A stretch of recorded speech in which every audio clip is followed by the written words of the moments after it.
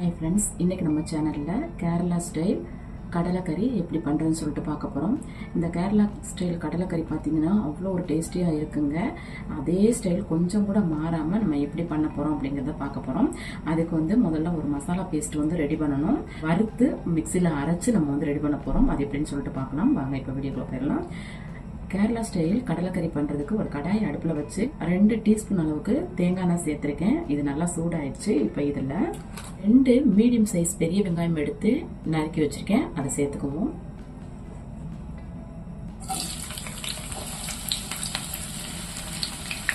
கூடவே 2 இன்ச்சு அளவுக்கு இஞ்சி எடுத்து சின்ன சின்னதாக நறுக்கி வச்சுருக்கேன். அதையும் சேர்த்துக்குவோம். இஞ்சி கூட 15 பூண்டு பல்லு எடுத்து வச்சுருக்கேன். அதையும் சேர்த்துக்குவோம். இந்த கடலைக்கறிக்கு இஞ்சியும் பூண்டும் கொஞ்சம் காரமாக சேர்க்கணும். கூடவே ஒரு பண்டு கருவேப்பிலை சேர்த்துக்கலாம். இதெல்லாம் சேர்த்து ஒரு 2 நிமிஷத்துக்கு மட்டும் வதக்கிருக்கோம். இது ரொம்ப நல்லா வதங்கணும்னு அவசியம் இல்லை. ஏன்னா நம்ம இதை பேஸ்ட்டாக அரைக்க போகிறோம். வெங்காயம், இஞ்சி, பூண்டு இது 3 எண்ணெயில் நல்லா வதங்கிடுச்சு. இப்போ இதில் 2 மீடியம் சைஸ் தக்காளி எடுத்து நறுக்கி வச்சிருக்கேன். அதை சேர்த்துக்குவோம்.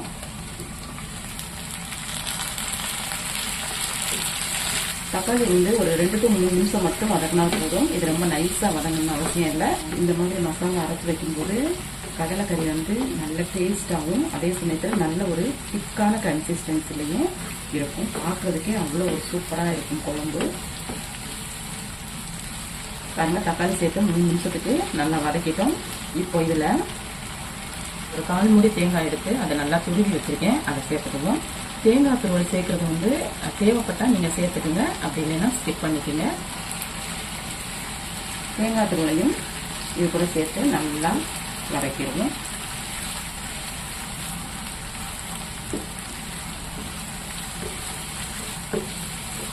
தேங்காய் சேர்த்து வதக்கிட்டோம். இப்போ இதில் 1 டீஸ்பூன் மஞ்சள் தூள் சேர்த்துக்குவோம். 1 டீஸ்பூன் தனி மிளகாத்தூள், 2 டீஸ்பூன் குழம்பு மிளகாத்தூள் சேர்த்துக்கிறேன். கூடவே 1/2 டீஸ்பூன் கரம் மசாலா சேர்த்துக்கிறேன். இதெல்லாம் சேர்த்து நல்லா வதக்கி விட்டுருவோம்.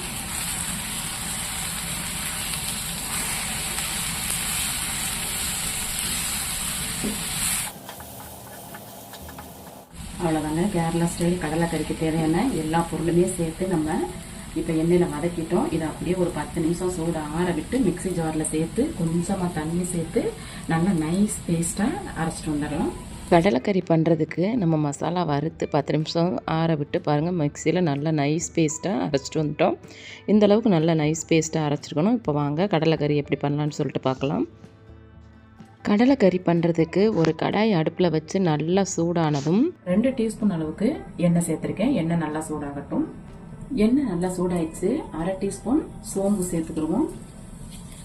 கூடவே ஒரு பிரிஞ்சி இலை, 2 துண்டு பட்டை, கல்பாசி, சின்னதாக ஒரு அன்னாசி பூ, 4 கிராம்பு இதெல்லாம் சேர்த்து எண்ணெயில் நல்லா பொரிய விட்டுருவோம். பாருங்க, நல்லா பொரிஞ்சிருச்சு. இப்போ நான் ஒரு 10 சின்ன வெங்காயம் எடுத்து சின்ன சின்னதாக நறுக்கி வச்சிருக்கேன். அதை சேர்த்துக்கிடுவோம். நம்ம ஆல்ரெடி பெரிய வெங்காயம் சேர்த்து வதக்கியிருக்கோம், அதனால கொஞ்சமாக சின்ன வெங்காயம் சேர்த்தா போதும். சின்ன வெங்காயத்தை எண்ணெயில் வதக்கிடுவோம்.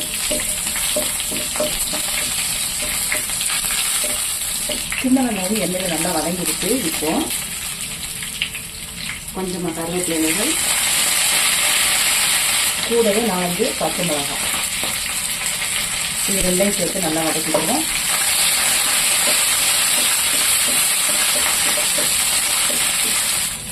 கருவேப்பிலையும் பச்சை மிளகாயும் எண்ணெயில் நல்லா வதங்கிடும். நம்ம ஆல்ரெடி மசாலா வறுத்து அரைச்சி வச்சுருக்கோம் இல்லையா, அதை சேர்த்துக்கலாம். நம்ம சேர்த்துக்கிட்ட மசாலா பேஸ்ட்டை எண்ணெய் பிரிஞ்சு வர்ற அளவுக்கு நல்லா எண்ணெயில் வதக்கிடுவோம்.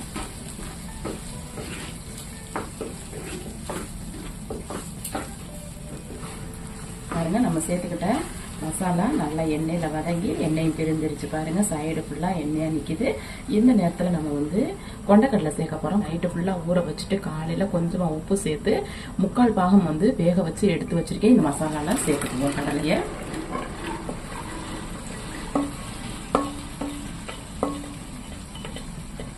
மசாலா கூட நல்லா கலந்து விட்டுருவோம்.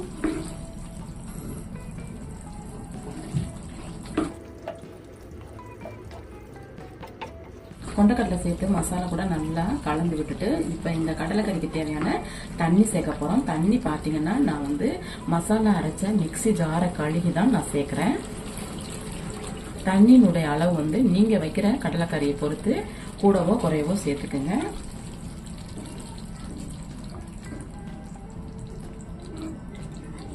தண்ணி சேர்த்து இந்த மாதிரி நல்லா கலந்து விட்டுட்டு இப்போ இந்த கடலைக்கறிக்கு தேவையான உப்பு சேர்த்துக்கலாம்.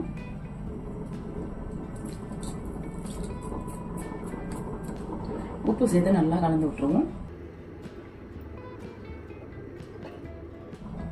உப்பு சேர்த்து நல்லா கலந்து விட்டுட்டு இப்போ இதை மூடி போட்டு இந்த குழம்பு நல்லா கொதிக்க விட்டுருவோம்.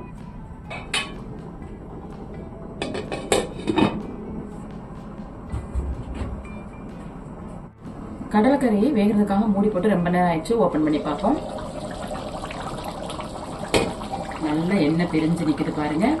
நமக்கு இப்போ கடலைக்கறி ரெடி ஆயிடுச்சு. எனக்கு இந்த அளவுக்கு கன்சிஸ்டன்சி போதும். உங்களுக்கு இதை விட இன்னும் திக்காக வேணும் அப்படின்னா ஒரு 5 நிமிஷம் நீங்கள் வந்து சிம்லேயே கொதிக்க விட்டீங்க அப்படின்னா நல்ல ஒரு திக்கான கன்சிஸ்டன்சி வந்துடும். இப்போ இதை நல்லா கலந்து விட்டுட்டு இதில் கொஞ்சமாக மல்லி இலை சேர்த்துக்குவோம்.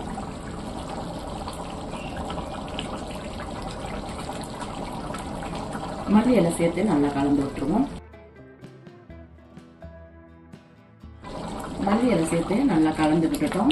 அவ்வளோதாங்க, நமக்கு அருமையான கேரளா ஸ்டைல் கடலைக்கறி ரெடி ஆயிடுச்சு.